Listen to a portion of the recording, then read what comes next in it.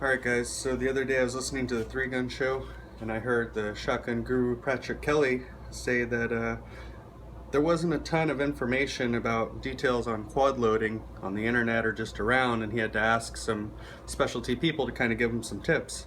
So I thought I'd kind of go in between the details of what's going on when someone's actually quad loading. So we'll start from the beginning. The first thing you're going to need to do is be able to get your shells into a little quad so you can get all four of them and easily just reach in there and grab them. So right now I have this side set up for strong hand and my left side set up for weak hand. So right now we're just going to take a look at the carrier and see what's going on. I don't have any real big expensive name brand carrier. This was actually made myself. It's made out of paper clips. I did a whole nother video on that though. You guys can check that out later if you want. That's not going to be our focus. Our main focus is going to be talking about the quads. So the most important part about quad loading is, for me, actually getting the shells off the carrier properly. Because if you don't get the shells off of the carrier properly, you just have a handful of shells at that point and it's going to be really hard to get them in the gun. Quad loading or trying to do the old-fashioned load of getting them in, because they're going to be jumbled all over the place facing the wrong direction and whatnot. So when I spend the most time in quad loading, it's going to make sure that I've gotten the proper purchase to be able to pull the shells out and retain all four in my hand in a nice straight order. So at that point it's going to make it a lot easier. So the other thing to be aware of is that some carriers will put all of the shells right next to each other. Like right here I have about a 1-inch space between the two. I'm sorry, a 2-inch space between the two, so that way if I need to I can grab from the top without hitting the bottom, or I can grab from the bottom without hitting the top. I have pretty fat long fingers, so I need that extra little bit of clearance in there in between the sets of shells, so that way I don't knock off another set of quads and then I'm not able to use that, because if any of you have tried it yet, trying to get 3 to quad load is kind of a pain in the ass. So the other thing I've done is that I have the shells spaced off the carrier quite a bit, so that way I can get my whole hand in here and clear it and actually get my hand all the way around the shells and hold them like that before they've even been pulled off. So I know immediately when I'm pulling the shells off of there if I've gotten a good purchase on it, or if I need to readjust my grip before I pull them up and slam those things as fast as I can into the shell tube. Okay, so when I'm pulling the shells out of the carrier, I'm using the inside of my knuckles right here in the palm of my hand as a reference point to get in between the two shells. If I know that I can get my hand right in there, I know I've gotten a good start. And I'll begin to curve my fingers under the bottom set of shells right there. So now that I've gotten that done, I have long enough hands to where I can put my ring finger and my middle finger over and actually touch the top set of shells in here. So it's a lot easier if you have bigger hands, but I still see girls do this and guys with small hands all the time. So it's definitely something you might have to figure out a little bit of your own physique to figure out what's the most comfortable way for you to do it. But I actually used my inside of my palm right there to line up between the two shells, reach in, and I'll actually squeeze without even grabbing the two top shells, squeeze in there the top and the bottom together this way. We're putting pressure on it this way using the base of our palm and the rest of our hand to go ahead and squeeze and pull them out. So notice I left my thumb out of there so you guys could probably see that a little bit better. When I place my thumb on here, I am actually making sure that my first two shells, which are going to be the top with the inside of my palm, those are going to be the first shells that go in. I make sure that I get my best purchase for the thumb onto that one. And I literally have half of my thumbnail, half the finger side of my thumbnail right here on the other shell, so it's maybe the end of it is dead center of the primer right there. And so you'll want to make sure that you get a good purchase on that, because that's what's going to make sure the shells are retained into the extension tube. So if you can't do that, you're going to be fighting and trying to move your fingers out of the way. You'll get pinched fingers. The shell tube spring will throw shells back at you. It's interesting learning. So it's something you're going to want to be aware of. So just go in there, reach, get a good purchase on it, and I will literally squeeze with my hand all four shells together and pull them straight out. Now, mind you, my carrier is designed to come straight out. Other carriers are designed to be pulled towards the shooter or to the right, whichever side you're preferencing. So you just need to be aware of which carriers you're using for that. Okay, so now that you've learned a little bit about the carriers and a little about how to get the shells off the carriers, we're going to talk about the next thing that you're going to need to do to your shotgun to be able to do quad loading, and that's opening the loading port. So what I have here is two different shotguns. I have a pump shotgun, Mossberg 590, and I have semi-automatic Stoeger M3000. Both of them have had loading ports opened up on them. They're both going to be a little bit different, obviously, because the pump is different from the semi-automatic. But the pump action right here was pretty easy to do. There's not a lot you can take off because there's quite a bit of stuff on the inside down there that prohibits you from really getting into there and opening it up quite a bit. So mostly on the pump, what I did was just bevel the edges into the loading port area, so that way when the shells hit, they kind of funnel down into there and land right in, and I just have to push them into the shell tube. So the pump actions are really easy to load because the shell lifter is never in the way. You never have to push down on it to get your shells to ride into the tube. It's actually really easy to do, really comfortable.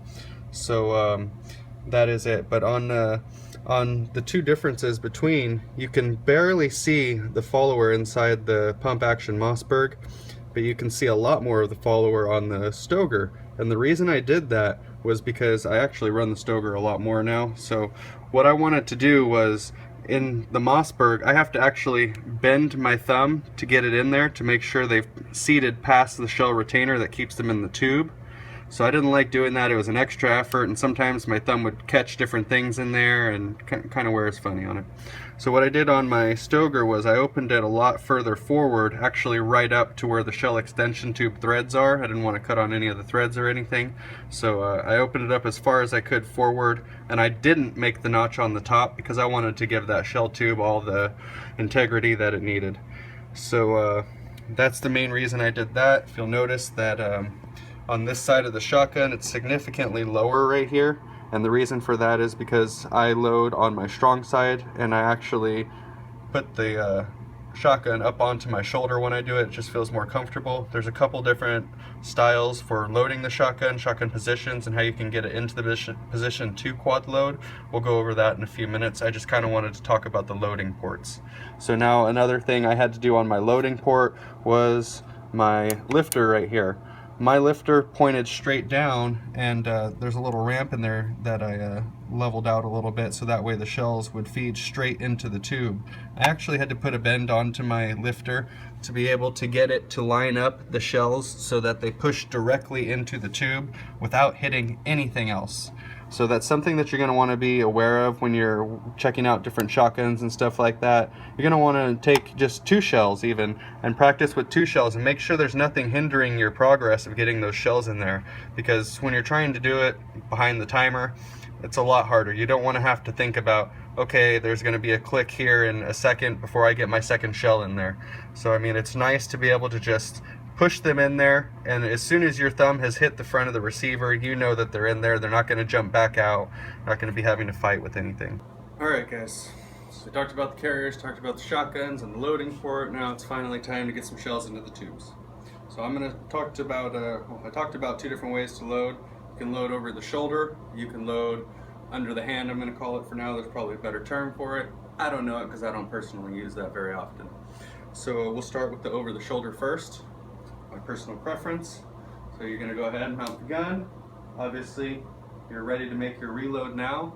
So at this time, what I'm going to do is I'm going to tilt forward just a little bit, enough to clear my shoulder, and with my left hand I'm going to go ahead and turn the shotgun. Once I've set this corner onto my shoulder, this hand is leaving now. It's on its way down to grab some shells. So by doing that, I'm bringing the other with my left hand, bringing the shotgun down, and what I want to do is I want to try to get the shotgun down, pointed as low as I can.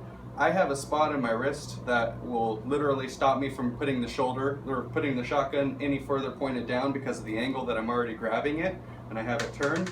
So once I get to that spot, I know that I'm pretty much good to start reloading at that point. And the reason why I like to get down to that spot is for consistency. So that way I'm continuously reloading from the same spot. I'm not trying to reload up here. I'm not trying to, reload off to the side or anything like that. It's just doing the same thing over and over and finding little corners that you can cut. So I found that when I'm pointing it down, I'm actually a little bit closer to my shells, which we want to do. I mean, in a perfect world, I would be putting these shells as close as I could, so that way there's less travel time for my hand.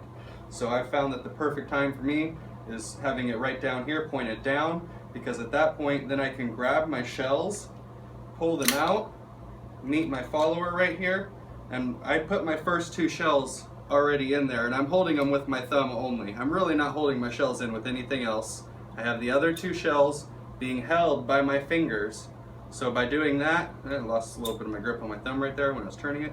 By doing that, I'm pushing in right now, and you're gonna see why I have that lower spot on the side right there. Boom. So I heard my click.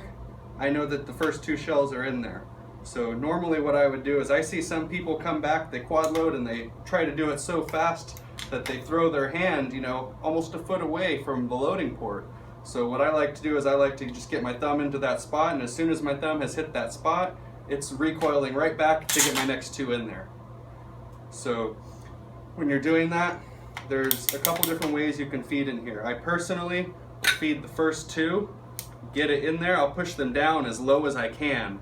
But by doing that, I found that it takes a little bit more effort to push them in because obviously they're riding against something else. But with my second set of shells that I still have left locked into my fingers, I almost honestly try to load them as close to the front of the shotgun as I can right here. Okay, so what I'm referring to when I say that my second set of shells, I'm going to pull 2 out right now, I bring a little bit closer to the front of the shotgun. I'm actually talking about if it was upright. This would be the bottom right here. So I bring them a little bit closer to the bottom, and I actually put my pinky right there, so that way the funneling that I've done on this section will actually press right into the extension tube, and I'm not pressing down and putting more drag on the shells so that way they go in slower, but it's a lot smoother when you're doing it that way. So the reason why I don't do it on the first 2 shells is because 9 times out of 10 when you're having quad loading issues, it's going to be with the first 2 shells because you're holding 4 shells in your hand, you're trying to maintain these 2 guys and still manipulate the other 2 into the extension tube. So as long as you've gotten past your first 2 shells, the second 2 shells are literally nothing. They're gonna go in there really easily, you're not gonna have any problems. So like I said, where I spend my most time is taking shells out of the carrier, making sure I've gotten a good purchase, because I usually, if I'm racing the clock or something and I make a mistake, it's going to be pulling the shells out of the carrier right here, or not lining the first 2 up properly and putting good tension on them so that way they're going to go straight into the tube without issues.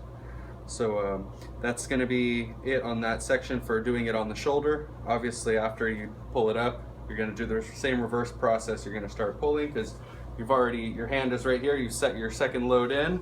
So I literally drag my hand against the slide or against the receiver and get back on target. So the next technique would be if you were gonna go ahead, boom, I'm ready to make my reload right now. You're gonna bring the shotgun under your armpit pretty much, and you're gonna twist it. So it's resting, it's pressing up against the stock, is pressing up against the bottom of my armpit. I'm putting pressure to the top of the grip right here, so that way it's balanced out in my hand. You don't even need to open your hand to do that. And then what you're gonna do is, you're gonna go ahead, grab your other 4 shells. You're gonna do the same motion. The one inside of your palm, it's what's gonna go first. Now, when I do this motion right here, I do keep my hand on the shells while the first 2 are going into the receiver the whole time, mostly because I'm not as practiced with this. So it's a little bit new to me. I don't use it all the time unless I have a stage where there's a ton of shotgun on it and I'm gonna need to put shells on the left side of my body. So instead of having to reach all the way over and do this number, I just kind of manipulate over, get it in. Now I do find that it's a lot faster to go ahead and manipulate the shotgun right here and get them in, but I mean, you're still having to deal with getting the shells over and into the tube. So I personally feel that maybe 7 out of 10 times I'll get this right, but those 3 times I never want to have to deal with in competition. So I'm almost 10 out of 10 with the shoulder right here. It's the first way I started. I've had no issues with it. I don't know if you guys noticed, but my pump shotgun, which is also set up for quad loading, has a pistol grip on it, so I was forced to only be able to load from the shoulder before. So I've gotten pretty quick with it, and I'm extremely comfortable with it. It's really all just preference. Like I said, for actually, if you're gonna break down in time, this is a lot faster than trying to do this. So don't ask me how, don't ask me why, but it even comes back a lot faster too. So when you're gonna twist back up, you're right back into it. So those are some of the basics right there, and hopefully you guys learned a little bit from it. If you have any questions, feel free to comment or ask me, email me, hit me up on Instagram. Doesn't matter, I'll respond to you either way. So hopefully you guys enjoy it, and this will help you make some choices in gear and whatever else you're going to be doing for quad loading. So one of the things I do want to say though is start with one carrier. Make sure that you like the carrier, it's going to be a good fit for you. Don't go ahead and buy 3 or 4 carriers. They're not cheap. I think the base price is about 75 bucks for a 4 holder. So you're like I said, they're not cheap. You're going to need a handful of them if you decide this is the route you're going to go. If it's a little bit out of your budget and you're kind of a DIY guy like myself, do-it-yourself guy, you can go on my YouTube channel. I've done another video where I actually show how to make the clips here that are holding my shotgun shells, and I put it into a vest. I switched the vest from the vest to the belt because I have a lot of shotgun stages in 3-gun where I don't need an entire vest to go, and sometimes it gets in the way. I don't really want to run the vest unless I absolutely have to. So like I said, hopefully you guys enjoy this video. You can let me know if you did or didn't, or what I need to work on. If you have some adjustments, let me know. Ladies, if you have some techniques, or lady boys with your small hands, go ahead and let me know too. I'll add them into the video and edit it in. Thank you.